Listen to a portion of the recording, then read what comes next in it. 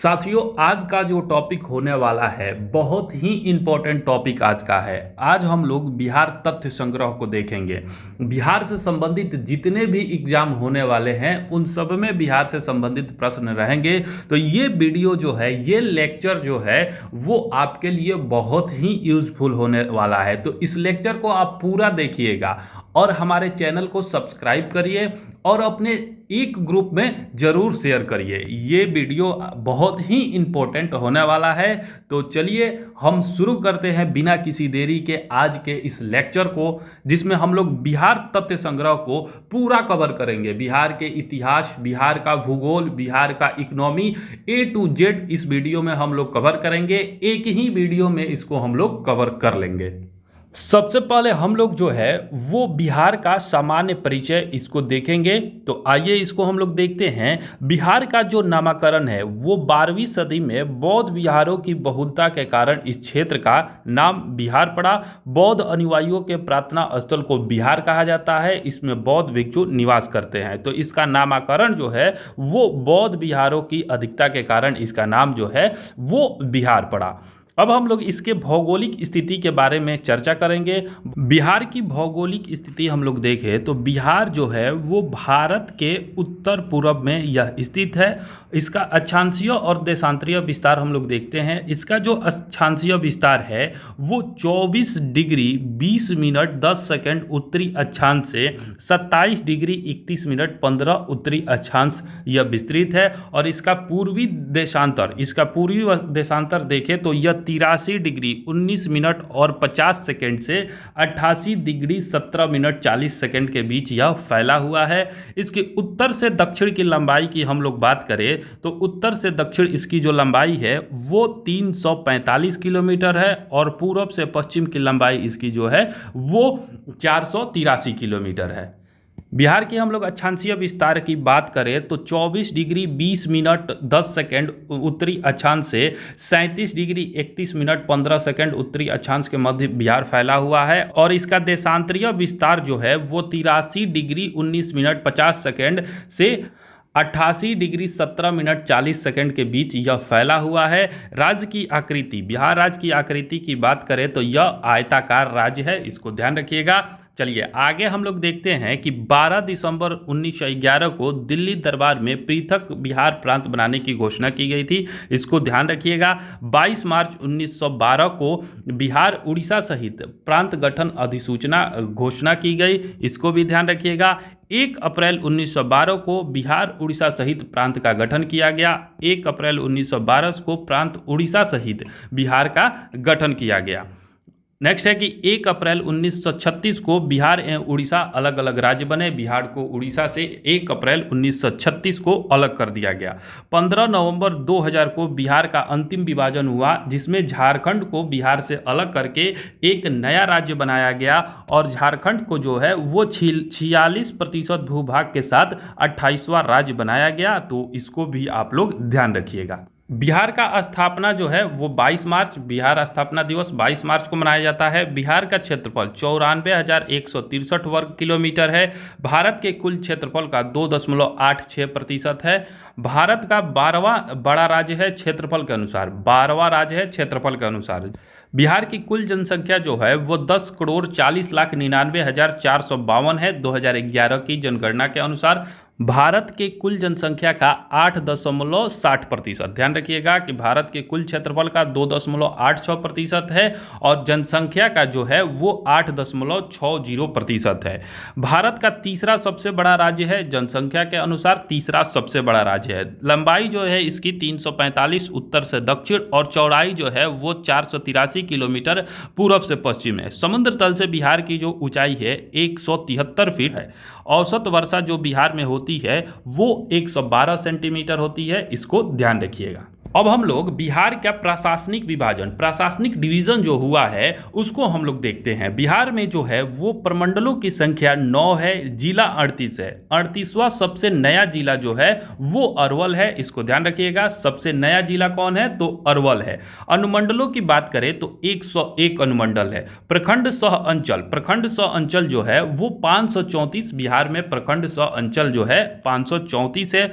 पंचायतों की हम लोग बात करें तो 8,000 8,667, बिहार में 8,667 पंचायतें हैं।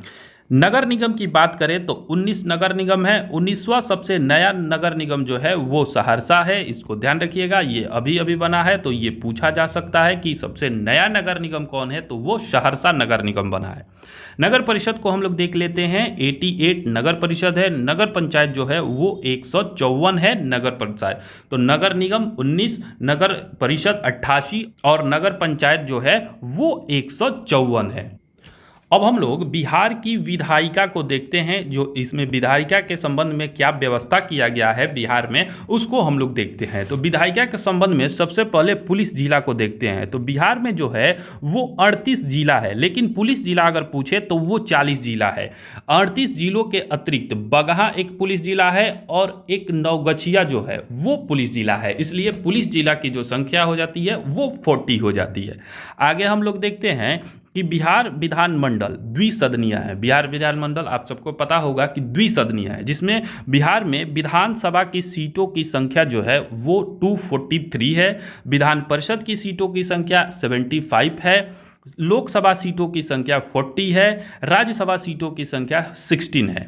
विधानसभा में कुल आरक्षित सीटों की संख्या जो है वो 40 है। इसको फिर मैं एक बार दोहरा देता हूं, आप लोग देखिए कि बिहार विधानसभा सीटों की जो संख्या है वो 243 है, बिहार विधान परिषद सीटों की जो संख्या है वो 75 है, लोकसभा सीटों की संख्या 40 है, राज्यसभा सीटों की संख्या 16 है।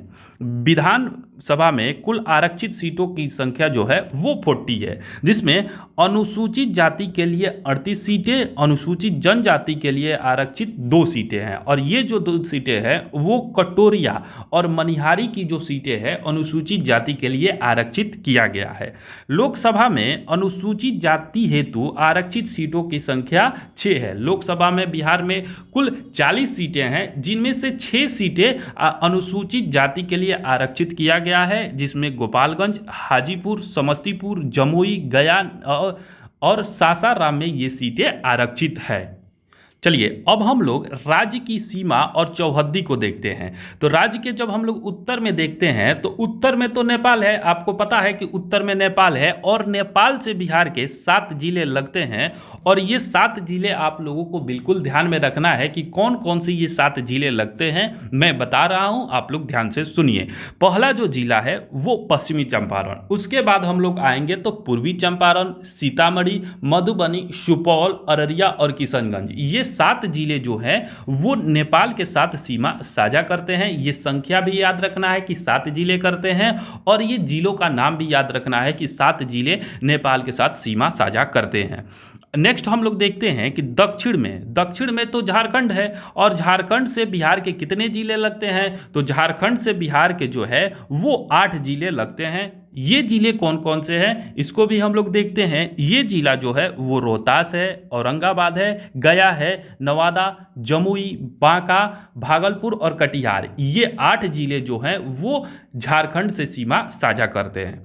चलिए अब हम लोग पूरब की ओर चलते हैं। तो पूरब में जो है वो पश्चिम बंगाल है। पूरब में बिहार से सटा हुआ जो है वो पश्चिम बंगाल है, और पश्चिम बंगाल के साथ 3 जिले साझा करते हैं। इसमें जो पहला जिला आता है किशनगंज, पूर्णिया और कटिहार, ये तीनों जिले जो हैं वो पश्चिम बंगाल के साथ सीमा साझा करते हैं।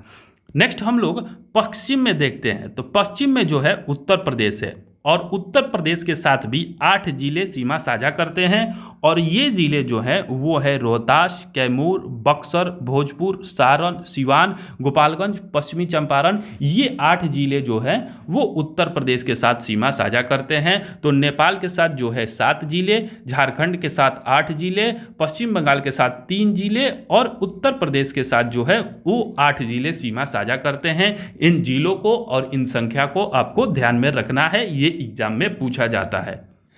चलिए नेक्स्ट हम राजकीय प्रतीक की बात करेंगे। बिहार का जो राजकीय प्रतीक है उसके बारे में हम लोग चर्चा करते हैं। थोड़ा थोड़ा सबको हम लोग देखते चलते हैं, एग्जाम में क्वेश्चन कहीं से भी बन सकता है। तो इसको हम लोग देखते हैं कि राजकीय चिन्ह, बिहार का राजकीय चिन्ह जो है वो बोधि वृक्ष है। इसका राजकीय चिन्ह बोधि वृक्ष है। प्रथम राजकीय भाषा जो है वो हिंदी है, प्रथम राजकीय भाषा हिंदी है। और द्वितीय राजकीय भाषा जो है वो उर्दू है। ये कमेंट करके आप लोग बताइए कि उर्दू को किस वर्ष बिहार का द्वितीय राजकीय भाषा घोषित किया गया था, ये आप लोग कमेंट करिए। नेक्स्ट जो है राजकीय वृक्ष, तो राजकीय वृक्ष पीपल है, ध्यान रखिएगा। राजकीय पुष्प गेंदा है। पशु जो है वो बैल है। 2013 से पहले वृक्ष जो था वो राजकीय पशु हुआ करता था, जबकि 2013 में बैल को बिहार का राजकीय पशु घोषित किया गया। और पक्षी की हम लोग बात करें कि राजकीय पक्षी कौन सा है, तो वो गौरैया दिवस है। और 2013 के पूर्व में फाख्ता जो था वो राजकीय पक्षी हुआ करता था। 2013 से गौरैया जो है वो बिहार का राजकीय पक्षी है। मछली की हम लोग बात करें, राजकीय मछली कौन है, तो मांगुर राजकीय मछली है। तो इन सबको आप लोग ध्यान रखिएगा। एक बार फिर दोहराता हूँ, राजकीय चिन्ह बोधि वृक्ष है। राजकीय भाषा, प्रथम राजकीय भाषा हिंदी, द्वितीय उर्दू है। राजकीय वृक्ष जो है पीपल है। पुष्प गेंदा है। पशु जो है बैल है। पक्षी राजकीय जो है वो गौरैया है और मछली मांगुर है। तो इसको भी आप लोग ध्यान रखिएगा। आगे जो है वो बिहार का राजकीय गीत है। तो राजकीय गीत को हम लोग देखते हैं। इसका जो राजकीय गीत है वो है मेरे भारत के कंठहार तुझको सत सत वंदन बिहार। ये बिहार का राजकीय गीत है और इसके गीतकार जो है वो सत्यनारायण है। इनको भी ध्यान रखिएगा कि सत्यनारायण इसके गीतकार हैं। और संगीतकार की हम लोग बात करें तो इसके संगीतकार जो है वो हरिप्रसाद चौरसिया और शिव कुमार शर्मा है। इनको भी आप लोग ध्यान रखिएगा। और यह जो है वर्ष 2012 में इसको मान्यता दी गई। बिहार की राजकीय गीत की मान्यता जो है वो वर्ष 2012 में दी गई। नेक्स्ट जो है वो बिहार राज्य का प्रार्थना गीत के बारे में हम लोग देखते हैं। तो वो है मेरी रफ्तार पर सूरज की किरणें नाच करे। इसको ध्यान रखिएगा कि ये बिहार की प्रार्थना गीत है। मेरी रफ्तार पर सूरज की किरणें नाच करे, ये बिहार का प्रार्थना गीत है। नेक्स्ट अब हम लोग प्रमंडल एवं संबंधित जिलों को देखेंगे। तो प्रमंडल की संख्या तो हम लोग देख लिए कि बिहार में जो है वो 9 प्रमंडल है, लेकिन जिलों की संख्या कौन सा जिला किस प्रमंडल में आता है उसको हम लोग यहाँ कवर करने वाले हैं। तो चलिए इसको देखते हैं। सबसे पहले जो सारण प्रमंडल है उसके अंतर्गत 3 जिले आते हैं, सारण, सिवान और गोपालगंज। ये सारण प्रमंडल के अंतर्गत आते हैं। दूसरा जो है वो तिरहुत प्रमंडल है। तिरहुत प्रमंडल के अंतर्गत 6 जिले आते हैं। ये 6 जिले जो हैं वो पश्चिमी चंपारण, पूर्वी चंपारण, मुजफ्फरपुर, वैशाली, सीतामढ़ी और शिवहर है। तीसरा जो है वो दरभंगा है। तो दरभंगा के अंतर्गत भी 3 ही जिले आते हैं, जिसमें मधुबनी, दरभंगा और समस्तीपुर, ये तीनों जिलों जो हैं वो दरभंगा के अंतर्गत आते हैं। चौथा हम लोग कोसी प्रमंडल की बात करें तो कोसी प्रमंडल के अंतर्गत सहरसा, सुपौल और मधेपुरा आते हैं।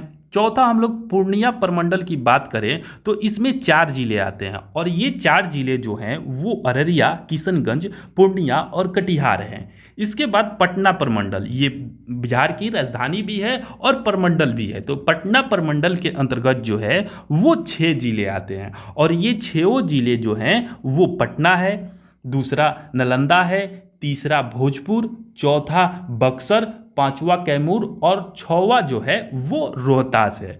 आगे हम लोग देखते हैं मगध प्रमंडल की बात करें तो मगध में 5 जिले आते हैं, गया, औरंगाबाद, नवादा, जहानाबाद और अरवल। मगध में ये 5 जिले आते हैं। नेक्स्ट आगे हम लोग मुंगेर को देखते हैं। तो मुंगेर में जो है वो 6 जिले आते हैं। मुंगेर, जमुई, लखीसराय, शेखपुरा, बेगूसराय और खगड़िया जो है वो मुंगेर प्रमंडल के अंतर्गत आते हैं। अंतिम है जो वो भागलपुर है। तो भागलपुर के अंतर्गत 2 जिले आते हैं, भागलपुर और बांका। ये 2 जिले जो है वो भागलपुर के अंतर्गत आते हैं। तो इसको ध्यान रखिएगा कि बिहार के 3 ऐसे प्रमंडल है, तिरहुत, ध्यान रखिएगा कि बिहार के 3 ऐसे प्रमंडल है, तिरहुत, पटना और मुंगेर। इन तीनों के अंतर्गत 6-6 जिले आते हैं, इनको ध्यान रखिएगा। और 3 ऐसे प्रमंडल है, सारण, दरभंगा और कोसी, इसके अंतर्गत जो है वो 3-3 जिले आते हैं। तो इसको आप लोग ध्यान रखिएगा। चलिए अब हम बिहार के मैप का अध्ययन करते हैं। मैप बहुत ही इंपॉर्टेंट होता है, मैक्सिमम क्वेश्चन इससे हम लोग सॉल्व कर सकते हैं। मैप का अध्ययन और कौन सा जिला कहाँ है इसको भी हम लोगों को ध्यान रखना है। तो आइए इसको देखते हैं। सबसे पहले हम लोग शुरुआत करेंगे उत्तर के तरफ से। तो उत्तर में जो है वो पश्चिमी चंपारण है, उसके थोड़ा सा हम लोग दाहिने आएंगे तो पूर्वी चंपारण, वो पश्चिमी चंपारण के पूरब में जो है पूर्वी चंपारण। उसके बाद हम लोग जो उसके बाद थोड़ा सा और पूरब की तरफ आएंगे तो ये छोटा सा जो जिला है वो शिवहर है। शिवहर से जस्ट सटे सीतामढ़ी है। सीतामढ़ी के बाद हम लोग पूरब की तरफ बढ़ते जाएंगे तो मधुबनी मिलेगा। मधुबनी के बाद सुपौल, सुपौल के बाद अररिया और सबसे अंतिम बिहार का जो सबसे पूर्वी जिला है, ये पूछा जाता है कि पूर्वी जिला कौन है, तो वो किशनगंज है। ध्यान रखिएगा, बिहार का जो सबसे पूर्वी जिला है वो किशनगंज है। उसके बाद हम लोग पश्चिम की तरफ चलते हैं। तो पश्चिम में जो है पश्चिमी चंपारण जो है वो उत्तर पश्चिम में पड़ता है। उसके बाद से पश्चिम में जब हम लोग धीरे धीरे नीचे की तरफ आएंगे तो उसके बाद गोपालगंज पड़ेगा, फिर सिवान पड़ेगा, फिर सारण। उसके बाद से हम लोग भोजपुर पड़ेगा, उसके बाद से बक्सर, तब कैमूर पड़ेगा, कैमूर पड़ेगा। उसके बाद से हम लोग जब दक्षिण की तरफ आएंगे जो झारखंड से सटे हुए राज्य हैं तो उसमें जो आ जाएगा रोहतास, औरंगाबाद, गया, नवादा, जमुई, बांका, भागलपुर। और हम लोग जैसे पूरब की तरफ चलेंगे तो उसमें आ जाएगा पूर्णिया और कटिहार। तो ये जो जिले हो गए हम लोगों की, ये सीमा वाले जिले हो गए। एक बार पुनः मैं इसको दोहराता हूँ, आप लोग देखिए। सबसे उत्तर में चलेंगे तो ये हो जाएगा पश्चिमी चंपारण, उसके थोड़े से दाहिने उसके सटे हुए पूर्वी चंपारण, उससे सटे हुए जो ये छोटा सा जिला है वो है शिवहर। शिवहर के बाद हम लोग सीतामढ़ी पहुंचते हैं, सीतामढ़ी से सीधे मधुबनी, मधुबनी से सीधे सुपौल, सुपौल के बाद अररिया और अररिया के बाद किशनगंज। अब हम लोग किशनगंज से जब नीचे उतरते हैं तो किशनगंज के जस्ट सटे जो है वो पूर्णिया है और पूर्णिया के जस्ट सटे कटिहार है। और किशनगंज के बारे में मैंने बताया कि यह जो जिला है वो बिहार का सबसे पूर्वी जिला है, तो इसको ध्यान रखिएगा, किशनगंज बिहार का सबसे पूर्वी जिला है। उसके नीचे जो है पूर्णिया और कटिहार है। कटिहार से हम लोग जस्ट नीचे आते हैं तो वो भागलपुर और बांका हो जाता है। उसके बाद से हम लोग बांका से जैसे जैसे हम लोग पश्चिम की तरफ चलेंगे तो जमुई, उसके बाद नवादा, पुनः उसके बाद से गया, तब औरंगाबाद, रोहतास और कैमूर आ जाता है। सबसे पश्चिमी जिला जो हो जाएगा वो कैमूर हो जाएगा, इसको भी ध्यान रखिएगा।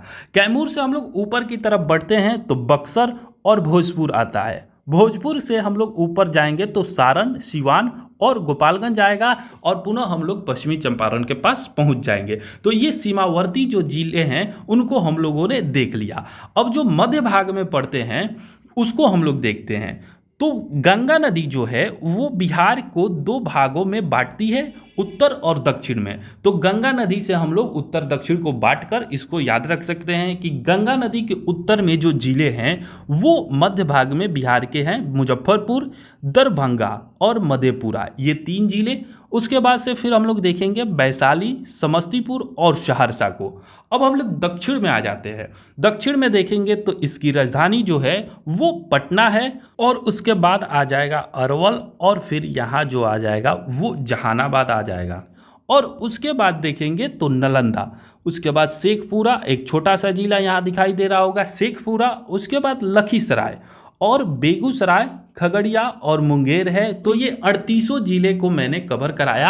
आप लोग एक ब्लैंक मैप लीजिएगा और इसको याद करके, उसमें देख देख के नहीं भरना है, आप लोग एक बार मैप का अध्ययन कर लीजिए और याद करके, अगर भूल जा रहे हैं कोई बात नहीं, याद करके फिर भरिए और उसके बाद से धीरे धीरे ये आपको याद हो जाएगा। तो आशा है आपको मैप समझ में आ गया होगा। सीमावर्ती जिले को हम लोग क्रम वाइज याद करेंगे। उसके बाद से गंगा नदी जो है वो बिहार को 2 भागों में बांटती है, तो उत्तर और दक्षिण के भागों में बांटकर इसके 6 जिले ऊपर और 6 जिले जो नीचे हैं उनको हम लोग याद कर लेंगे। तो ये हमारे सभी जिले हमारे दिमाग में बैठ जाएंगे। मैप जो हमारे दिमाग में बैठ जाएगा तो एक भी प्रश्न हमसे नहीं छूटेगा। ये बहुत ही इंपॉर्टेंट है, तो इसको आप लोग बिल्कुल करिएगा ब्लैंक मैप लेके और उसमें याद करके उसके बाद उसको भरिएगा। अगर ब्लैंक मैप आपके पास नहीं होगा तो गूगल से डाउनलोड कर लीजिए या फिर हमारे टेलीग्राम ग्रुप को ज्वाइन करिए, वहाँ पे सब अवेलेबल है। अब हम लोग बिहार के इतिहास के बारे में इसका अध्ययन करेंगे। तो चलिए बिहार के इतिहास को देखते हैं। सबसे पहले प्राचीन बिहार के इतिहास को देखेंगे। प्राचीन बिहार के इतिहास को हम लोग देखते हैं।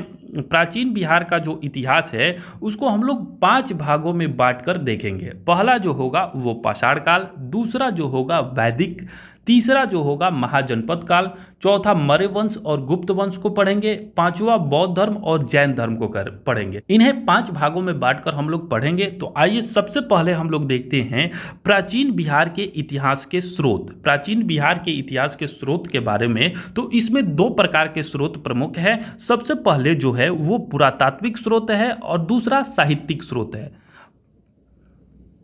पुरातात्विक स्रोत की हम लोग बात करें तो पुरातात्विक स्रोत के अंतर्गत जो है वो पूर्व ऐतिहासिक युग के लिए मुंगेर, चिरांद सारण, चेचर जो वैशाली में स्थित है, मनेर जो पटना में है, एवं सोनपुर सारण से ताम्र प्रस्तर वस्तुएं एवं मृदभांड प्राप्त हुए हैं। ये पुरातात्विक स्रोत के अंतर्गत आते हैं। उसके बाद से जो है वो मौर्यकालीन जो अभिलेख लौरिया नंदनगढ़, लौरिया अरेराज और रामपुरवा से प्राप्त हुए हैं, ये भी जो है वो पुरातात्विक स्रोत के अंतर्गत आते हैं। उसके बाद से जो है वो बराबर की गुफाएं, राजगीर, नालंदा, पाटलिपुत्रा, विक्रमशिला से प्राप्त जो स्मारक है और पुनः जो खुदाई से सिक्के प्राप्त हुए हैं, मनके और मूर्तियाँ मिली है, ये इत्यादि सब जो है वो पुरातात्विक स्रोत के अंतर्गत आते हैं। इसके बाद हम लोग साहित्यिक स्रोत की बात करें तो साहित्यिक स्रोत के अंतर्गत जो है वो रामायण, महाभारत, पुराण, बौद्ध रचनाओं के अंतर्गत अंगुत्तर निकाय, दीर्घ निकाय, विनय पिटक और जैन रचनाओं के अंतर्गत भगवती सूत्र आदि को साहित्यिक स्रोत के अंतर्गत शामिल किया जाता है। उसके बाद से यात्रियों की यात्रा वृतांत है, जैसे मेगास्थनीज बहुत इंपॉर्टेंट हो जाता है। फाइयान, इत्सिंग, हेनसांग की जो यात्रा वृतांत है उसको भी साहित्यिक स्रोत के अंतर्गत हम लोग इंक्लूड करते हैं। उसके बाद से कौटिल्य का अर्थशास्त्र बहुत महत्वपूर्ण है। कौटिल्य का अर्थशास्त्र स्थानीय लेखकों के विवरण से प्राचीन बिहार के इतिहास की विस्तृत जानकारी मिलती है। तो इसमें कौटिल्य के अर्थशास्त्र से भी बिहार के प्राचीन इतिहास के बारे में बहुत अच्छी जानकारी हम लोगों को मिलती है। आगे हम लोग पाषाण काल को देखते हैं। तो पाषाण काल में सबसे पहले आता है पूरा पाषाण काल। पूरा पाषाण काल के अंतर्गत मानव आखेटक एवं खाद्य संग्राहक था। आखेटक का जो अर्थ होता है वो शिकारी होता है, हंटर इसका अर्थ होता है। और उसके बाद से खाद्य संग्राहक जो होता है वो शिकार करके अपनी खाद्य या भोजन पदार्थ को, जैसे फल फूल, दाने, पौधे इत्यादि को इकट्ठा करते थे। तो ये खाद्य संग्राहक हो गया। और पूरा पाषाण काल के अंतर्गत ही दक्षिण बिहार में मुंगेर एवं नालंदा में बड़े और खुरदरेदार पत्थर, कुल्हाड़ी, चाकू, खुरपी आदि प्राप्त हुए हैं। उसके बाद से ये जो अवशेष है लगभग 1 लाख ईस्वी पूर्व के हैं। ये 1 लाख वर्ष पुराने हथियार जो है वो प्राप्त हुए हैं। उसके बाद से आ जाता है मध्य पाषाण काल। तो मध्य पाषाण काल के अंतर्गत जो है इस काल में मानव जो था आखेटक, खाद्य संग्राहक एवं पशुपालक भी था। इसके साथ साथ शिकार के साथ साथ और भोजन संग्रह के साथ साथ पशुओं को पालने भी लगा था। मध्य पाषाण काल में मानव द्वारा पहला पालतू पशु जो था वो कुत्ता को पहले पाला गया था। इसको ध्यान रखिएगा, ये पूछा जा सकता है कि मानव द्वारा पहला पालतू पशु कौन था, तो वो कुत्ता था। उसके बाद से दक्षिण बिहार में मुंगेर में छोटे आकार के तेज धार वाले औजार प्राप्त हुए हैं। और ये छोटे धार के तेज धार वाले जो औजार प्राप्त हुए हैं उनको माइक्रोलिथ कहा जाता था। इसको भी ध्यान रखिएगा कि उनको माइक्रोलिथ कहा जाता था। उसके बाद ये जो अवशेष है वो 40,000 से 1 लाख ईसा वर्ष पूर्व के हैं, जबकि पूरा पाषाण काल में 1 लाख ईसा वर्ष से पहले के पाए गए हैं। और इसमें जो है वो 40,000 से 1 लाख ईसा वर्ष पूर्व के अंदर के पाए गए हैं। इसके बाद से हम लोग देखते हैं नवपाषाण काल को। तो नवपाषाण काल के अंतर्गत जो मानव था वो खाद्य उत्पादक हो गया। अब संग्राहक की जगह वो उत्पादक हो गया। अब वो संग्रह नहीं करता था, वो घूम घूम के इन सब चीज़ों को संग्रह नहीं करता था। अब उसका वो उत्पादन करने लगा और मानव बस्तियों में निवास करने लगा। तो यहाँ जो है मानव का जीवन अस्थायी हो गया। नवपाषाण काल में जो है वो मानव का जीवन अस्थायी हो जाता है, वो खाद्य उत्पादक हो जाता है, बस्तियों में निवास करने लगता है। नेक्स्ट देखते हैं कि नवपाषाण काल के अवशेष बिहार के मैदानी भागों से प्राप्त हुए हैं, जैसे चिरांद सारण से, चेचर वैशाली में स्थित है, मनेर पटना में स्थित है और सनुआर जो है वो रोहतास में स्थित है। यहाँ से जो है पत्थर एवं हड्डियों के औजार प्राप्त हुए हैं। नेक्स्ट देखते हैं कि कैमूर की पहाड़ियों, नवादा और जमुई की गुफा चित्र भी प्राप्त हुए हैं, जो ये नवपाषाण काल के हैं। ध्यान रखिएगा, ये कभी पूछ लेगा कि कैमूर की पहाड़ियों, नवादा और जमुई से गुफा चित्र प्राप्त हुए हैं, वो किस काल के हैं, तो वो नवपाषाण काल के हैं। और इनके अवशेषों की जो अवधि है वो 2500 ईसा वर्ष पूर्व है। 2000 ईसा वर्ष पूर्व है, हम लोग 1 लाख से चले थे, अब 2000 ईसा वर्ष पूर्व पर आ गए। इसके बाद से हम लोग देखते हैं ताम्रपाषाण काल। ताम्रपाषाण काल को देखते हैं, जिसमें चिरांद, सोनपुर, ताराडीह, चेचर, मनेर, सनुआर आदि से ताम्रपाषाण काल के अवशेष मिले हैं। और इसमें से जैसे चिरांद हो गया, उसके बाद से चेचर हो गया, मनेर हो गया, इन शब्द में नवपाषाण काल के भी अवशेष मिले हैं। इस काल में पत्थर के औजारों के अतिरिक्त तांबा का उपयोग किया जाता था। ध्यान रखिएगा कि पत्थर और हड्डियों के अलावा यहाँ तांबे का उपयोग, ताम्र का उपयोग किया जाने लगा। और यह जो अवशेष है 1000 ईसा वर्ष पूर्व के है। 1 लाख, उसके बाद से 40,000 से 1 लाख, उसके बाद से 2500, अब हम लोग 1000 ईसा वर्ष पूर्व पर आ गए। चलिए नेक्स्ट, अब वैदिक काल को हम लोग देखते हैं। वैदिक काल के अंतर्गत जो है वो आर्यों द्वारा स्थापित सभ्यता को वैदिक सभ्यता कहा जाता है। आर्यों ने जो सभ्यता स्थापित की थी उसे वैदिक सभ्यता की संज्ञा दी गई है, क्योंकि इस सभ्यता का इतिहास जो है वो वेदों पर आधारित है। वैदिक सभ्यता को 2 वर्गों में विभाजित किया जाता है। पहला जो है वो पूर्व वैदिक काल, जो 1500 से 1000 ईसा वर्ष पूर्व के हैं, और दूसरा जो है उत्तर वैदिक काल, जो 1000 से 600 ईसा वर्ष पूर्व के हैं। पूर्व वैदिक काल ऋग वैदिक सभ्यता का विस्तार बिहार क्षेत्र में नहीं था, इसको ध्यान रखिएगा। पूर्व वैदिक काल ऋग वैदिक सभ्यता जो थी वो बिहार में विस्तृत नहीं थी। उत्तर वैदिक काल में आर्यों का विस्तार गंडक नदी के तट तक बिहार के क्षेत्रों में हुआ। तो ये जो उत्तर वैदिक काल में आर्य जो है वो गंडक नदी यानी बिहार में प्रवेश कर चुके थे। पूर्व वैदिक काल या ऋग वैदिक सभ्यता बिहार में नहीं थी, इसको ध्यान रखिएगा। इंपॉर्टेंट है कि यह जो सभ्यता थी ऋग वैदिक सभ्यता या पूर्व वैदिक, वो बिहार क्षेत्र में विस्तृत नहीं थी। उसके बाद से बिहार के भौगोलिक क्षेत्रों की प्रथम चर्चा जो है वो शतपथ ब्राह्मण में मिलती है। इंपॉर्टेंट है, शतपथ ब्राह्मण में मिलती है। लगभग 800 ईसा वर्ष पूर्व की रचना है शतपथ ब्राह्मण। उसमें बिहार के भौगोलिक क्षेत्रों की चर्चा मिलती है। इसमें बिहार की चर्चा विदेह के रूप में किया गया है, विदेह के रूप में की गई है, जो तिरहुत और मिथिला के क्षेत्र को दर्शाता है। तो यहाँ मैप इंपॉर्टेंट हो जाता है। आप लोग तिरहुत प्रमंडल पढ़े होंगे तो आपके ध्यान में आया होगा कि ये जो तिरहुत प्रमंडल है वो किस क्षेत्र में है। तो ये जो विदेह है वो तिरहुत और मिथिला क्षेत्र को दर्शाता है। नेक्स्ट आगे है कि ऋग वेद में बिहार को कीकट, ध्यान रखिएगा, कीकट एवं व्रात्य शब्द से संबोधित किया गया है। ऋग वेद में है जो बिहार को कीकट एवं व्रात्य शब्द से संबोधित किया गया है। आगे देखते हैं कि वराह पुराण में कीकट को अपवित्र प्रदेश कहा गया है। इसको भी ध्यान रखिएगा। जो कीकट और व्रात्य जो है ऋग्वेद में कहा गया है वो बिहार के लिए उपयोग हुआ है, और वही जो है वराह पुराण में कीकट को अपवित्र क्षेत्र के रूप में कहा गया है। तो इसको भी ध्यान रखिएगा। अब हम लोग पहुंचते हैं महाजनपद काल में। तो महाजनपद काल को हम लोग देखते हैं। महाजनपद काल में जो है वो सबसे पहले 6ठी शताब्दी ईसा पूर्व में अंगुत्तर निकाय, ध्यान रखिएगा, अंगुत्तर निकाय भगवती सूत्र से 16 महाजनपदों की जानकारी मिलती है। इन 16 महाजनपदों में जो है वो 3 महाजनपद जो है उनका क्षेत्र बिहार में था। इंपॉर्टेंट हो जाता है। 3 महाजनपद वे कौन कौन से हैं? तो सबसे पहले वज्जी या लिच्छवी, यह वैशाली एवं मुजफ्फरपुर के क्षेत्रों में था। दूसरा है मगध, तो मगध को तो हम लोग इंडिविजुअल पूरा पढ़ेंगे, ये पटना, गया और नालंदा के क्षेत्रों में था। और तीसरा जो है अंग जो है वो भागलपुर और मुंगेर के क्षेत्रों में था। तो 16 महाजनपदों में से 3 महाजनपद जो है वो बिहार के क्षेत्र में अवस्थित थे। चलिए अब हम लोग शुरू करते हैं। सबसे पहले देखेंगे वज्जी संघ को या महाजनपद को। वज्जी जो संघ था वो 8 राज्यों का संघ था। वो 8 राज्य मिलके वज्जी संघ का निर्माण किए थे। वे थे वज्जी, लिच्छवी, ज्ञात्रिक, विदेह, उग्र, भोग, कुरु तथा इक्ष्वाकु। ये 8 संगठन मिलके वज्जी का निर्माण किए थे और वज्जी संघ में सबसे प्रसिद्ध जो था वो लिच्छवी था। इसको ध्यान रखिएगा, सबसे पहला जो गणतंत्र था वो लिच्छवी ही था और सबसे प्रसिद्ध वज्जी संघ का लिच्छवी था। उसके बाद से लिच्छवियों की राजधानी जो थी वो वैशाली थी। वैशाली नगर की स्थापना राजा विशाल ने किया था। ध्यान रखिएगा इसको कि राजा विशाल ने वैशाली की स्थापना किया था।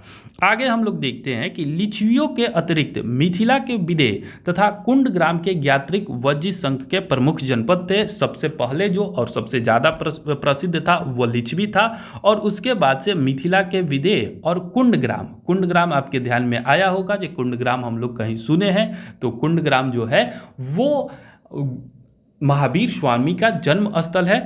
उसके जो ज्ञात्रिक वज्जी संघ में थे वो लिच्छवियों के बाद दूसरे सबसे प्रमुख जनपद थे। नेक्स्ट आगे हम लोग देखते हैं वज्जी संघ लिच्छवियों को विश्व के प्रथम गणतंत्र की संज्ञा दी जाती है। तो ये तो आपको पता ही होगा कि विश्व का पहला जो गणतंत्र था वो वज्जी संघ या लिच्छवी था।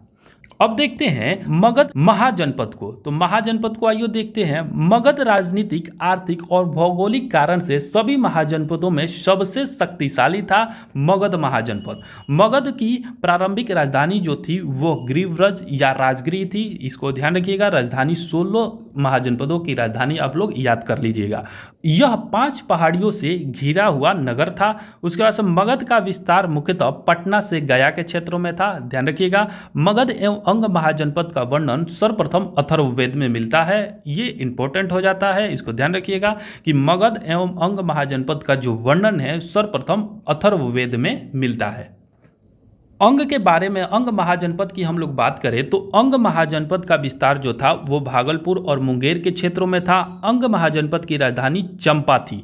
अंग के अंतिम शासक बृहदत्त को हराकर मगध शासक बिंबिसार ने अंग को मगध में मिला लिया। इसको ध्यान रखिएगा कि ब्रह्मदत्त जो था अंग का अंतिम शासक था, जिसे मगध के शासक बिंबिसार ने हराकर मगध में अंग को मिला लिया।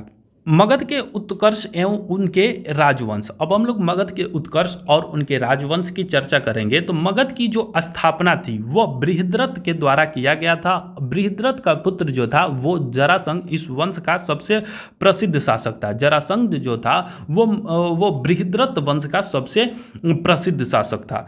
जरासंध को भीम ने द्वंद्व युद्ध में पराजित कर उसका वध किया। इसका वर्णन महाभारत में मिलता है, इसको भी ध्यान रखिएगा। मगध की प्रारंभिक राजधानी राजगृह 5 पहाड़ियों से घिरा एक सुरक्षित क्षेत्र था। मगध उर्वरक भूमि, नदियों की उपलब्धता, खनिज एवं वन संसाधनों की उपलब्धता के कारण आर्थिक रूप से संपन्न था। बृहद्रथ वंश का अंतिम शासक रिपुंजय था। ये ध्यान रखिएगा, पूछा जा सकता है कि बृहद्रथ वंश का अंतिम शासक जो था वो रिपुंजय था। अब यहाँ से शुरू होता है हर्यक वंश और हर्यक वंश का जो अवधि थी वो 544 से 412 ईस्वी तक इसने मगध पर राज किया और ये बहुत इंपॉर्टेंट हो जाता है एग्जाम पॉइंट ऑफ व्यू से। तो आइए हम लोग हर्यक वंश को देखते हैं। हर्यक वंश का जो संस्थापक था वो बिंबिसार था। 544 ईसा वर्ष पूर्व इसने इसकी स्थापना की थी। बिंबिसार को मगध का वास्तविक संस्थापक माना जाता है। बिंबिसार ने विवाह नीति द्वारा साम्राज्य के विस्तार को प्रश्रय दिया था। उसकी पहली पत्नी कौशल देवी कौशल की राजकुमारी थी। इस विवाह से उसने दहेज में काशी को प्राप्त कर लिया था। विवाह नीति के द्वारा इन्होंने जो है राज्य विस्तार किया और उसमें कौशल देवी से विवाह किया जिसमें काशी प्रांत मिला। उसकी दूसरी पत्नी चेलन्ना जो थी वो लिच्छवी के राजा चेटक की पुत्री थी और उनकी तीसरी पत्नी क्षेमा पंजाब के मद्र की राजकुमारी थी। बिंबिसार ने अवंती के शासक चंड प्रद्योत के साथ मैत्री संबंध बनाया और अपने राज्य का विस्तार किया। बिंबिसार ने चंड प्रद्योत के उपचार के लिए अपने राजवैद्य जीवक को भेजा था। बहुत इंपॉर्टेंट क्वेश्चन है, बहुत एग्जाम में पूछा जाता है कि राजवैद्य जो जीवक था वो किसका राजवैद्य था, तो बिंबिसार का था और चंद प्रद्योत की तबीयत खराब होने के कारण उसको वहां भेजा गया था उपचार के लिए। नेक्स्ट आगे देखते हैं कि बिंबिसार की हत्या जो है वो 492 ईसा वर्ष पूर्व में उसके पुत्र अजातशत्रु ने कर दी। अजातशत्रु ने बिंबिसार की हत्या कर दी और अजातशत्रु का जो पुत्र था उदयन, उसने अजातशत्रु की हत्या कर दी। इसलिए इस वंश को जो है वो पितृहंता वंश के नाम से भी जाना जाता है। आगे हम लोग अजातशत्रु के बारे में देखते हैं तो अजातशत्रु का जो कार्यकाल था वो 492 में यह राजा बना और 460 ईसा वर्ष पूर्व तक इसने शासन किया। बिंबिसार के बाद हर एक वंश का शासक बना था। इसका वास्तविक नाम जो था वो कुणिक था। अजातशत्रु का वास्तविक नाम कुणिक था। बिंबिसार एवं कौशल देवी की मृत्यु के बाद कौशल राजा प्रसेनजित ने काशी वापस ले लिया, जिस कारण प्रसेनजित का संघर्ष अजातशत्रु से हुआ। अजातशत्रु ने प्रसेनजित को पराजित कर काशी पर अधिकार कर लिया, तो पुनः काशी जो है वो फिर मगध के कब्जे में आ गया।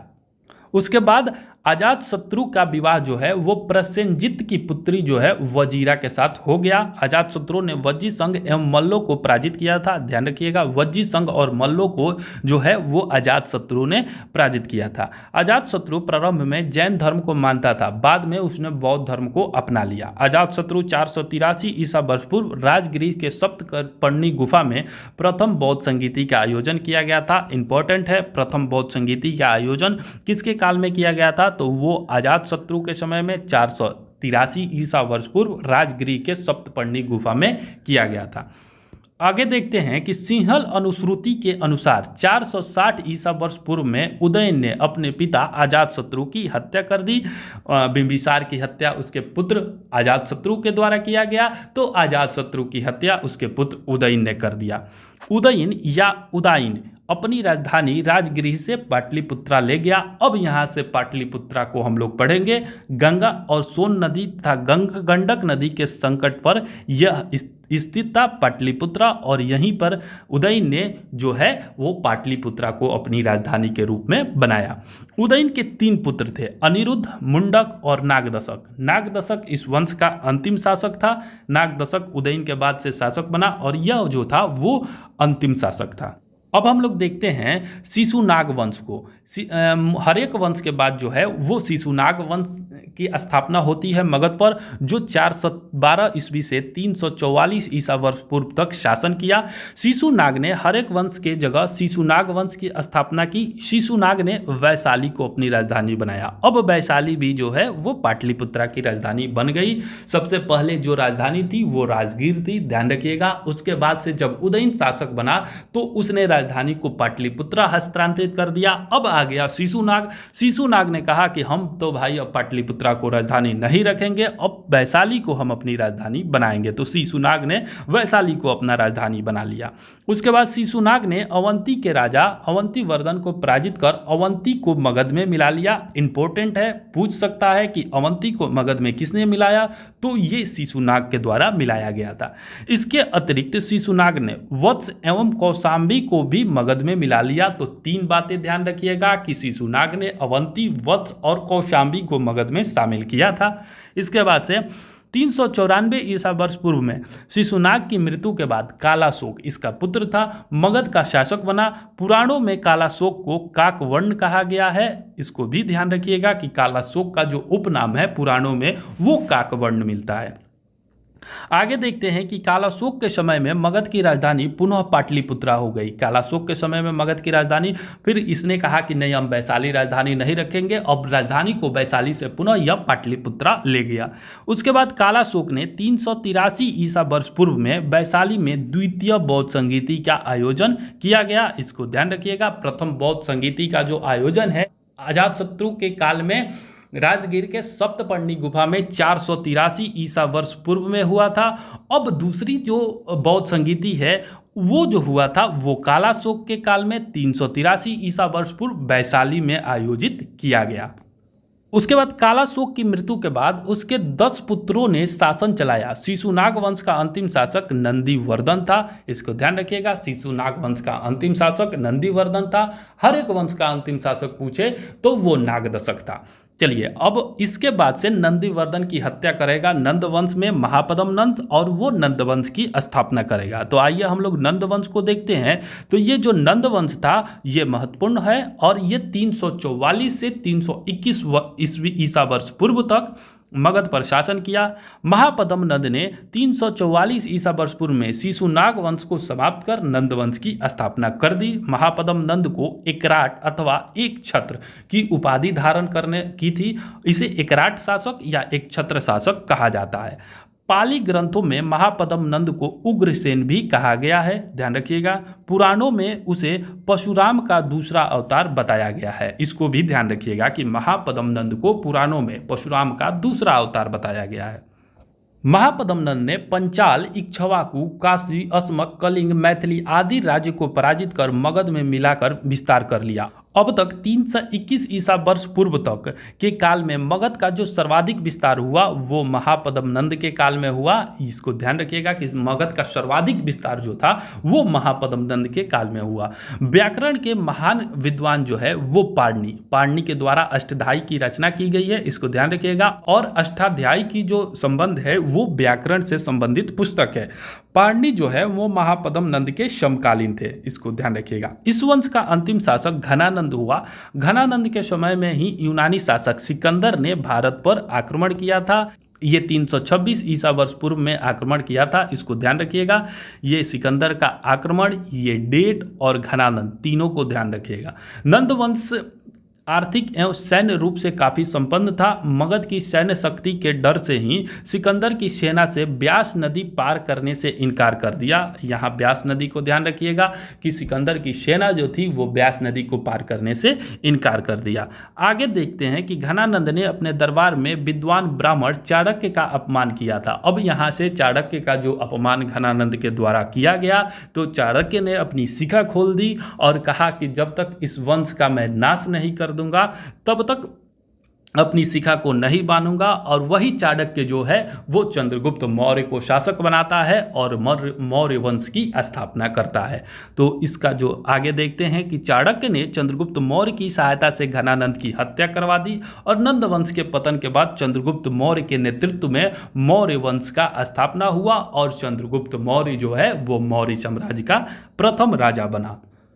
चलिए, अब हम लोग मौर्य साम्राज्य को देखते हैं। मौर्य साम्राज्य जो था वो 321 से 184 ईसा वर्ष पूर्व तक राज किया। अब देखते हैं इसको। सबसे पहले मौर्य साम्राज्य का जो शासक था वो चंद्रगुप्त मौर्य था, जिसने 321 से 298 ईसा वर्ष पूर्व तक शासन किया।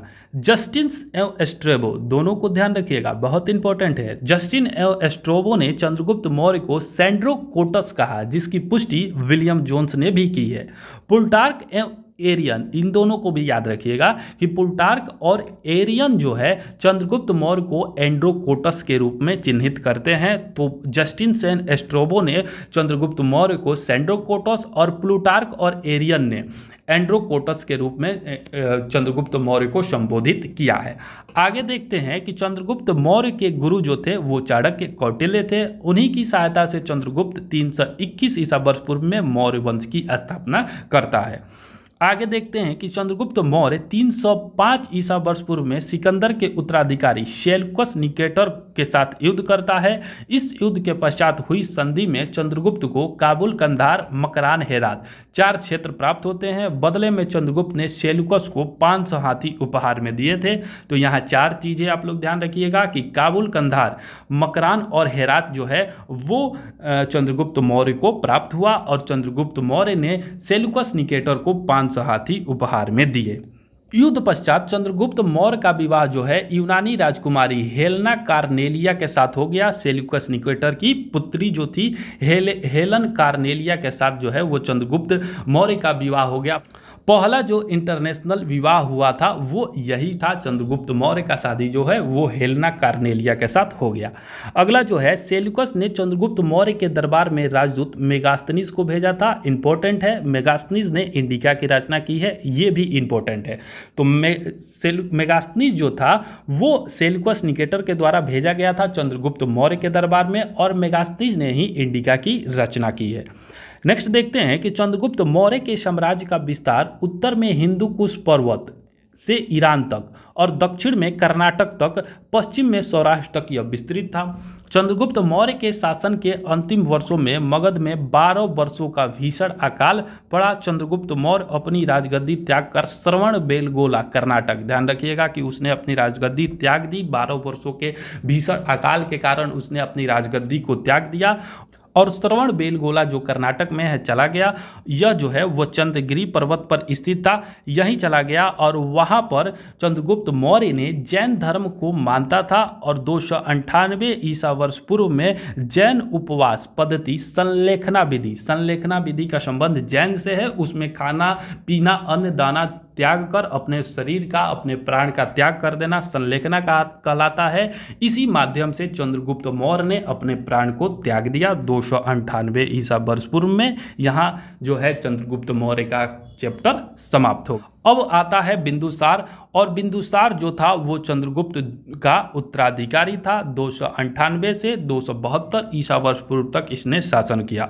बिंदुसार चंद्रगुप्त मौर्य का उत्तराधिकारी था। उसे अमित्रघात, सिंहसेन आदि नाम से भी जाना जाता है। अमित्रघात ध्यान रखिएगा, ये पूछता है कि अमित्रघात के नाम से किसे जाना जाता है, तो वो बिंदुसार को जाना जाता है। स्ट्रोबो के अनुसार सीरिया के राजा एंटियोकस ने डायमेकस नामक राजदूत को बिंदुसार के दरबार में भेजा था। इसको भी ध्यान रखिएगा कि सीरिया का जो राजा था एंटियोकस ने डायमेकस नामक राजदूत को बिंदुसार के दरबार में भेजा था। बिंदुसार के दरबार में मिस्र के राजा टॉलमी फिलाडेल्फस ने डायनोसियस नामक राजदूत को भेजा था। तो यहाँ 2 राजा हैं और 2 राजदूत हैं। सीरिया के राजा एंटियोकस ने डायमेकस को भेजा, जबकि मिस्र का जो राजा था टॉलमी फिलाडेल्फस ने डायनोसियस को बिंदुसार के दरबार में भेजा था। बिंदुसार ने तक्षशिला में हुए विद्रोह को दबाने के लिए अपने पुत्र अशोक को भेजा था। इसको ध्यान रखिएगा कि बिंदुसार जो है वो तक्षशिला में जब विद्रोह हुआ था तो अपने पुत्र अशोक को उसको दबाने के लिए भेजा था।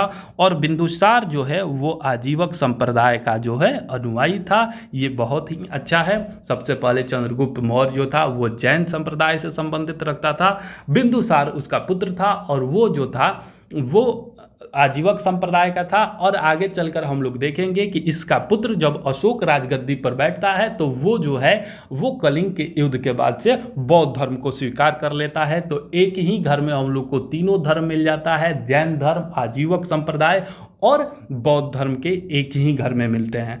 नेक्स्ट है अब अशोक को हम लोग देखेंगे, बहुत इंपॉर्टेंट है। अशोक की हर बातें हम लोग देखेंगे। बिंदुसार की मृत्यु के 4 वर्षों के बाद अशोक मौर्य वंश की गद्दी पर बैठा। इससे पूर्व वो उज्जैन का राज्यपाल था। कि अशोक जो था वो राजा बनने से पूर्व उज्जैन का जो था वो राज्यपाल था।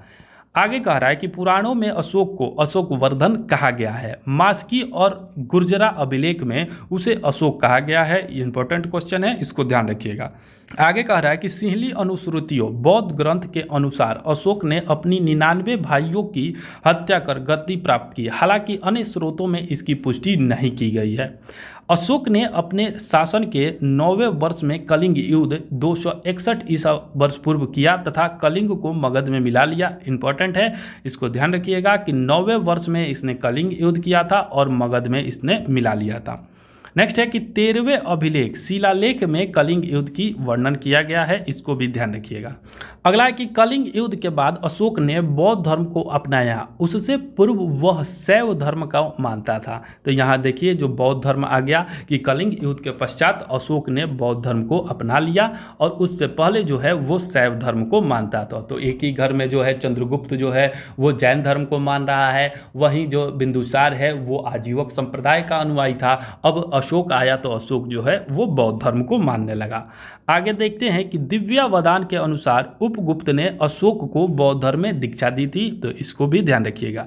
अशोक के शासन के महत्वपूर्ण वर्ष, तो अशोक के शासन के महत्वपूर्ण वर्ष को हम लोग यहाँ देख लेते हैं। 9वें वर्ष में आपको पता है कि उसने कलिंग का विजय किया। 10वें वर्ष में बोध गया की यात्रा की। 12वें वर्ष में निगाली सागर की यात्रा की। 13वें वर्ष में धम्म का शिलालेख में अंकन किया। 14वें वर्ष में जो है वो धम्म महामात्रों की नियुक्ति करता है और 20वें वर्ष में लुम्बिनी की यात्रा करता है। अशोक ने कर घटाकर एक 2/8 कर दिया था। लुम्बिनी की जब यात्रा करता है तो लुम्बिनी जो है वहाँ पे गौतम बुद्ध का जन्म हुआ था और अशोक जो है वो बौद्ध धर्म को मानने वाला था, इसलिए वहाँ जो कर था उसको कम करके 1/8 कर दिया। 9वें वर्ष में कलिंग युद्ध किया, 10वें वर्ष में बोध गया की यात्रा की, 12वें वर्ष में निगाली सागर की यात्रा की, 13वें वर्ष में धम्म का शिलालेखों में अंकन कराया और 14वें वर्ष में उसने धम्म महामात्रों की, यह जो अधिकारी होते थे धम्म महामात्रों की नियुक्ति की और 20वें वर्ष में लुम्बिनी की यात्रा की। तो इसमें जो है इसको ध्यान रखिएगा, बोध गया की यात्रा को ध्यान रखिएगा। उसके बाद से 14वें वर्ष को धम्म महामात्रों की नियुक्ति याद रखिएगा और लुम्बिनी की जो है यात्रा याद रखिएगा।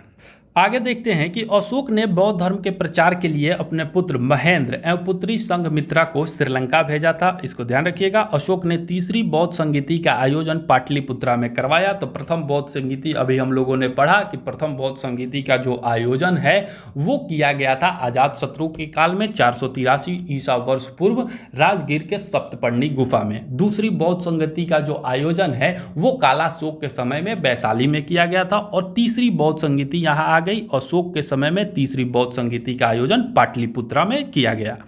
आगे देखते हैं कि अशोक ने लगभग 37 वर्षों तक शासन किया। उसकी मृत्यु 232 ईसा वर्ष पूर्व हो गई। अशोक के बाद उसके 10 उत्तराधिकारी हुए।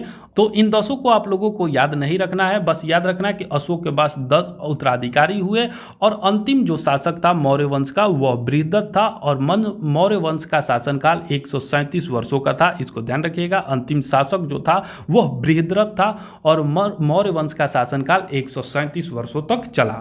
अब चलिए हम लोग देखते हैं बौद्ध धर्म को। बौद्ध धर्म के बारे में हम लोग पढ़ेंगे, आइए इसको कवर करते हैं।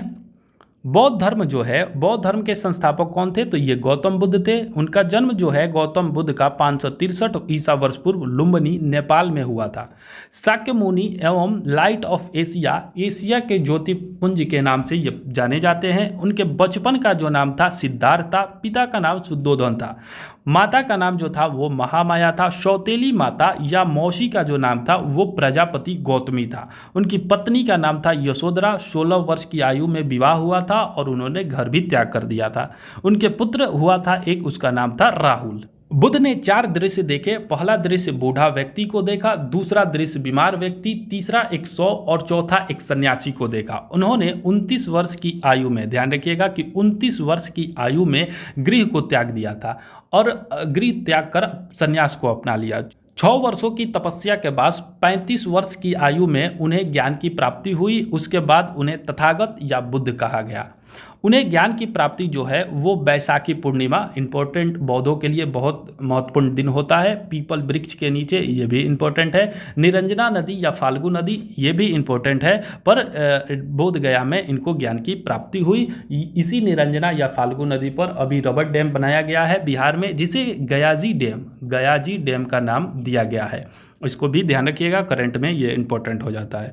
आगे बौद्ध धर्म के 4 आर्य सत्य के बारे में हम लोग देखते हैं। दुख, संसार दुखमय हो गया है, संसार दुखमय है। दुख समुदाय, दुख का कारण तृष्णा है। इच्छा जो है वो दुख का कारण होती है। दुख निरोध, दुख निवारण हेतु तृष्णा पर विजय आवश्यक है। इच्छा पर हम लोग अपना कंट्रोल कर लेंगे, इच्छा पर विजय प्राप्त कर लेंगे तो दुख का निवारण हो जाएगा। दुख निरोध मार्ग, दुख निरोध मार्ग के बारे में बतलाया गया है कि दुख निवारण हेतु अष्टांगिक मार्ग आवश्यक है। और ये जो अष्टांगिक मार्ग हैं, बौद्ध धर्म के अष्टांगिक मार्ग, उनमें सम्यक दृष्टि, समान दृष्टि रखना, सम्यक संकल्प रखना, सम्यक वाक्य सही बोलना, कम बोलना, सम्यक कर्म करना, अच्छा कर्म करना, सम्यक आजीव करना, सम्यक व्यायाम करना, सम्यक स्मृति और सम्यक समाधि बौद्ध धर्म के अष्टांगिक मार्ग है। बौद्ध धर्म के त्रिरत्न की हम लोग बात करें तो बुद्ध, धम्म और संघ, बुद्ध, धम्म और संघ जो है वो बौद्ध धर्म के त्रिरत्न के अंतर्गत आते हैं। बुद्ध ने किस मार्ग का प्रतिपादन किया? तो ये मध्यम मार्ग का प्रतिपादन किया। मध्यम मार्ग ही सभी के लिए अच्छा होता है, ना ज़्यादा एक्सट्रीम ना ज़्यादा लो, मध्यम मार्ग अच्छा होता है। बुद्ध ने अपने उपदेशों को किस भाषा में दिया था? तो ये पाली भाषा में दिया था। बुद्ध ने अपना पहला उपदेश, ये इंपॉर्टेंट है, पूछा जाता है कि बुद्ध ने अपना पहला उपदेश कहाँ दिया था? तो वो सारनाथ में दिया था। और सर्वाधिक उपदेश जो है, सर्वाधिक उपदेश वो कौशल की राजधानी श्रावस्ती में दिया था। तो ये दोनों ध्यान रखिएगा, पहला उपदेश उपदेश जो है वो सारनाथ में दिया था और दूसरा सबसे ज़्यादा उपदेश जो है वो श्रावस्ती में दिया था। बुद्ध की मृत्यु 483 ईसा वर्ष पूर्व कुशीनगर मल में 80 वर्ष की आयु में हो गई। बुद्ध के प्रथम गुरु अलारकराम वैशाली में, ध्यान रखिएगा कि अलारकराम, और द्वितीय गुरु रुद्रक रामपुत राजगीर में थे। बौद्ध धर्म में 10 सील या आचरण की बात कही गई है और ये जो 10 सील हैं उनमें प्रथम है सत्य, दूसरा है अहिंसा, तीसरा है अस्तेय, चौथा अपरिग्रह, पांचवा है ब्रह्मचर्य, छठा जो है नृत्य गायन का त्याग करना, असमय भोजन का त्याग करना, आठवां हो जाता है कोमल शया का त्याग करना, श्रृंगार प्रसाधनों का त्याग करना और 10वां मद्य सेवन नहीं करना। तो ये जो 10 है वो बौद्ध धर्म के 10 सील या 10 आचरण कहे जाते हैं। और बुद्ध के जीवन के घटनाक्रम एवं उनके कुछ प्रतीक को हम लोग देखते हैं तो बुद्ध के जन्म का जो प्रतीक है वो कमल है। यौवन यानी युवा अवस्था का जो प्रतीक है वो सांड है। महाभिनिष्क्रमण, इसको गृह त्याग कहा जाता है। घोड़ा जो है वो बुद्ध के महाभिनिष्क्रमण का प्रतीक है। संबोधि जो है वो ज्ञान प्राप्त, संबोधि जो है ज्ञान प्राप्ति, वो पीपल वृक्ष या बोधि वृक्ष इसका प्रतीक है। महापरिनिर्वाण, मृत्यु जो है वो पदचिन्ह या स्तूप है। मृत्यु या पदचिन्ह, महापरिनिर्वाण जो है उसका प्रतीक क्या है? पदचिन्ह या मृत्यु है। धर्म चक्र परिवर्तन, धर्म चक्र परिवर्तन, प्रथम उपदेश को धर्म चक्र परिवर्तन कहा गया और यह जो है इसका प्रतीक जो है वो चक्र है। तो इसको ध्यान रखिएगा कि महापरिनिर्वाण मृत्यु का जो प्रतीक है वो पदचिन्ह या स्तूप है और धर्म चक्र परिवर्तन प्रथम उपदेश जो है उसका जो प्रतीक है वो चक्र है। बौद्ध धर्म जो है वो चौथी बौद्ध संगीति के उपरांत यह 2 भागों में बट गया। हीनयान जो थे वो परिवर्तन विरोधी थे, वो बौद्ध धर्म में किसी प्रकार के परिवर्तन को पसंद नहीं करते थे, वो परिवर्तन विरोधी थे। और दूसरा जो महायान थे वो परिवर्तन के समर्थक थे, वो कहते थे कि बौद्ध धर्म में परिवर्तन होना चाहिए। तो ये जो है इसी मुद्दे पर 2 भागों में बट गया। 8वीं सदी में बौद्ध धर्म के आडंबर वाले शाखा वज्रयान का भी विकास हुआ जिसमें तंत्र मंत्र विद्याएं इत्यादि इसमें आने लगी। अब हम लोग बौद्ध धर्म के त्रिपिटक की चर्चा करते हैं। सबसे पहले इसमें आता है सूत पिटक। ये तीनों जो है वो इंपॉर्टेंट है, एग्जाम में पूछा जाता है। तो सबसे पहले जो आता है सूत पिटक, बुद्ध के उपदेशों के संकलन को सूत पिटक कहा जाता है। सबसे बृहद पिटक है जिसका संकलन आनंद के द्वारा किया गया था। आनंद के बारे में मैं बता दूं आपको, जो ये आनंद थे वो बुद्ध के भाई थे और उनके चेले थे, बुद्ध के मौसी के लड़के थे ये आनंद। दूसरा जो कह रहा है ये विनय पिटक, तो विनय पिटक संघ के नियमों का संकलन था। बौद्ध संघ में जो नियम कानून थे वो विनय पिटक में संकलित किए गए थे। सबसे छोटा पिटक है जिसका संकलन उपाली ने किया था। तो ये भी जो आनंद और उपाली जो थे वो बुद्ध के अनुयायी थे, उनके चेले थे। अभिधम्म पिटक की हम लोग बात करें तो ये बुद्ध के दार्शनिक विचारों का संकलन था। इस पिटक का संकलन मोगलीपुत्तस्य तीस के द्वारा किया गया था, तो इसको भी आप लोग ध्यान रखिएगा। और ये मोगलीपुत्तस्य तीस जो है वो तृतीय बौद्ध संगीति के अध्यक्ष थे, इसको भी ध्यान रखिएगा। चलिए आगे हम लोग यही देख लेते हैं कि बौद्ध संगीति के बारे में देख लेते हैं। बौद्ध संगीति एवं सभा, तो प्रथम बौद्ध संगीति का जो आयोजन है वो 483 ईसा वर्ष पूर्व राजगीर के सप्तपर्णी गुफा में अजात शत्रु के काल में हुआ था। महाकश्यप इसके अध्यक्ष थे और यहीं पर सूत पिटक और विनय पिटक की रचना की गई। यहाँ इंपॉर्टेंट है, इसको ध्यान रखिएगा कि पूछता है कि सूत पिटक और विनय पिटक की जो संकलन है वो कब किया गया था, तो वो प्रथम बौद्ध संगीति के दौरान किया गया था। नेक्स्ट द्वितीय बौद्ध संगीति को हम लोग देखते हैं। यह 383 ईसा वर्ष पूर्व वैशाली कालाशोक के काल में हुआ था और सबकामी इसके अध्यक्ष थे। महासंगिका अस्थावीर के रूप में इसका विभाजन हो गया। तृतीय बौद्ध संगीति 251 ईसा वर्ष पूर्व पाटलिपुत्रा में अशोक के काल में मोगलीपुत्तस्य तीस इसके अध्यक्ष थे और अभिधम्म पिटक का संकलन किया गया। तो प्रथम बौद्ध संगीति में सूत पिटक और विनय पिटक, द्वितीय बौद्ध संगीति में जो है वो महासांगिक और अस्थावीर में विभाजन हो गया। तृतीय बौद्ध संगीति में अभिधम्म पिटक का संकलन किया गया।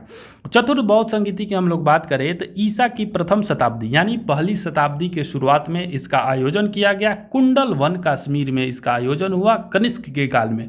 इसके अध्यक्ष जो थे वो वसुमित्र थे और अश्वघोष इसके उपाध्यक्ष थे और यहीं से जो है हीनयान और महायान में यह वह विभाजित हो गया महायान और हीनयान में।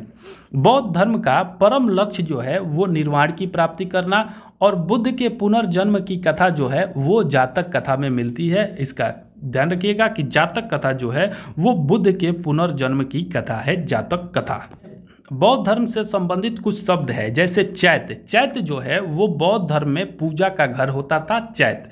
स्तूप जो है वो बौद्ध धर्म के पवित्र अवशेषों का संग्रह स्थल था, तो ये स्तूप था। विहार जो है वो बौद्ध भिक्षुओं का निवास स्थान था, इसको विहार कहा जाता था, और यही बिहार के नाम पर बिहार का नाम विहार पड़ गया।